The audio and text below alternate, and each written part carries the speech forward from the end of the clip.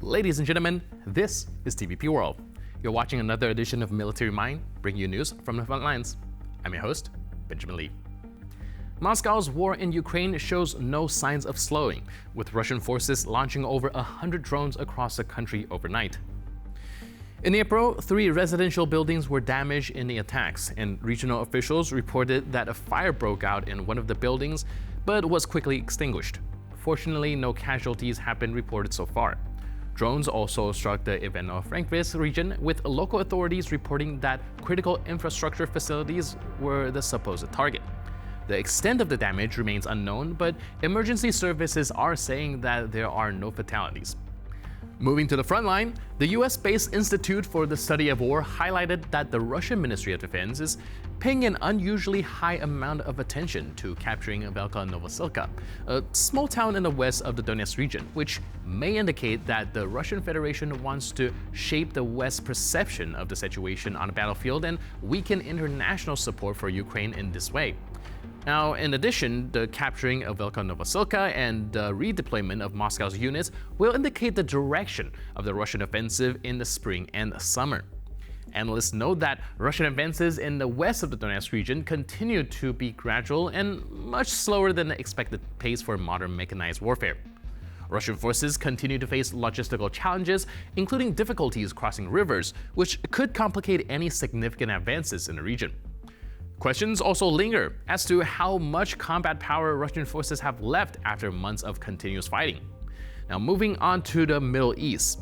The US presidential administration has announced that the ceasefire agreement between Israel and Lebanon will be extended through February 18. The statement noted that the authorities of Lebanon, Israel, and the United States plan to begin negotiations on the return of Lebanese prisoners captured after October 7th of 2023. The agreement, originally reached in November 2024, called for Israel to withdraw its troops from southern Lebanon by January 26. Now, 2 days before that deadline, on January 24th, the Israeli government announced that it would keep troops in the area, arguing that the Lebanese army was slow to deploy its forces and thus delaying the IDF's withdrawal.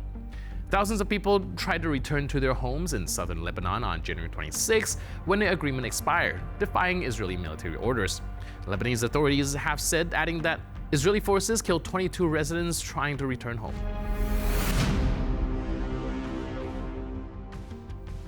We open with the archival footage from 2024, capturing an intense moment during a Ukrainian assault in Krasnohorivka in the Donetsk region. See a soldier from the 3rd Separate Assault Brigade throwing a grenade and then Russian infantry returning fire from a concealed position. Several bullets struck his helmet, including one that hits his action camera. Miraculously, the helmet absorbed the impact, saving his life.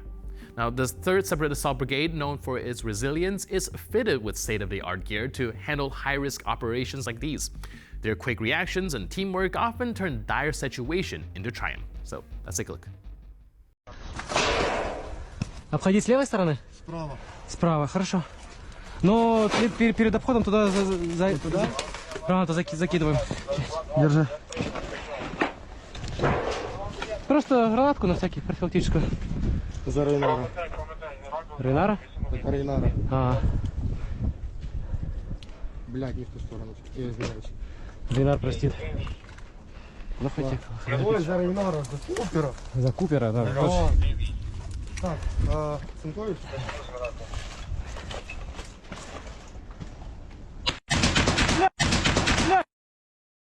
Иду. Сука! Кто там, пидоры? Прицелы?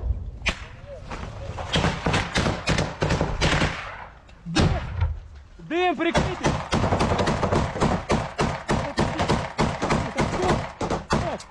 На, мой колуха, мою! Да, блядь, опа. Такой...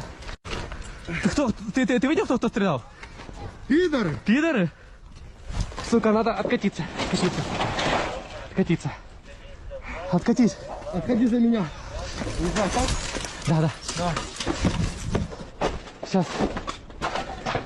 Сейчас, блядь. Держи потуго. Хорошо. Сейчас, подожди. Держу. Ебать ты везучий, черт. В GoPro попало. Похуй. Граната. Ебать.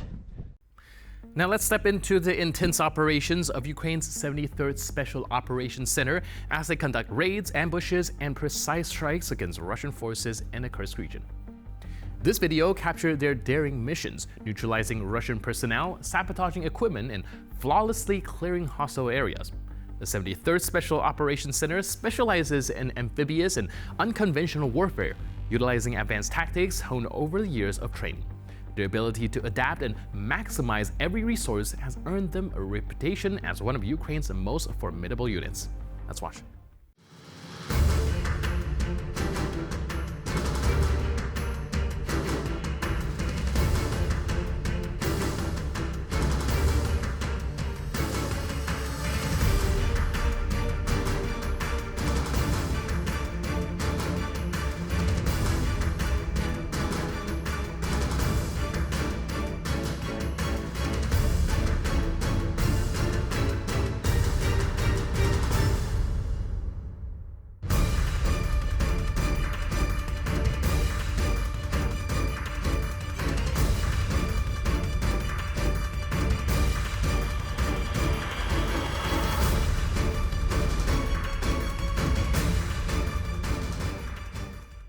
In this powerful clip coming up, soldiers of the 2nd Air Assault Battalion, part of Ukraine's elite 82nd Air Assault Brigade, successfully neutralized Russian Marines from the 155th Separate Brigade of the Pacific Fleet. Known for their brutality, these Marines have been implicated in the killings of Ukrainian prisoners of war. The 82nd Air Assault Brigade is equipped with advanced Western arms, including Challenger 2 tanks, making it one of the most modernized units in Ukraine's armed forces. Their precision and commitment have turned the tide in several key battles. Морпіхи прийняли бойове Крещениця від десантників 82-ї бригади.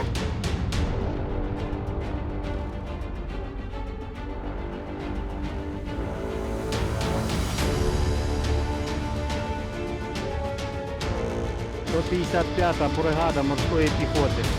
Ви, ребята, получили нормальний бой от 82-й. And with that footage, we conclude this edition of Military Mind. But for more news, update, and commentary, please stay tuned to TVP World.